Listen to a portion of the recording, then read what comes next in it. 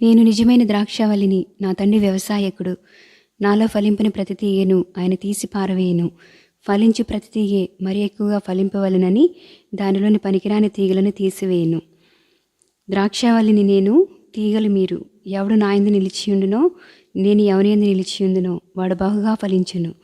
నాకు వేరుగా ఉండి మీరేమీ చేయలేరు. యోహాను సువార్త 15వ అధ్యాయము 1, 2, 5 వచనములు.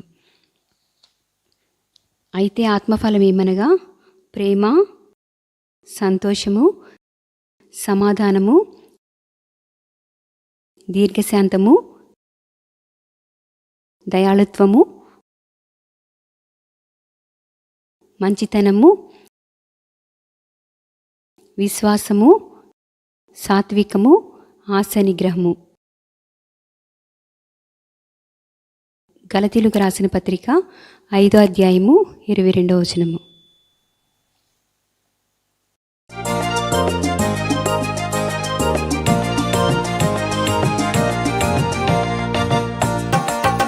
నేను ద్రాక్షావల్లిని, తీగెలు మీరు. మీరు నాలో నిలిచిన ఫలించెదరు. నేను ద్రాక్షావల్లిని, తీగెలు మీరు. మీరు నాలో నిలిచిన ఫలించెదరు. నాకు వేరుగా మీరిలా ఏమి చేయలేరుగా. నాకు వేరుగా మీరిలా ఏమి చేయలేరుగా. నాలో నిలిచి ఫలించిన తండ్రికి మహిమ కలుగును.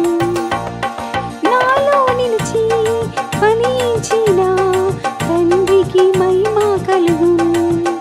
నేను ద్రాక్షావల్లిని, తీగెలు మీరు. మీరు నాలో నిలిచిన ఫలించెదరు. నేను ద్రాక్షావల్లిని, తీగెలు మీరు. మీరు నాలో నిలిచిన ఫలించెదరు. ప్రేమ, సంతోషం, సమాధానము, దీర్ఘశాంతము, దయాళుత్వము. ప్రేమ, సంతోషం, సమాధానము, దీర్ఘశాంతము,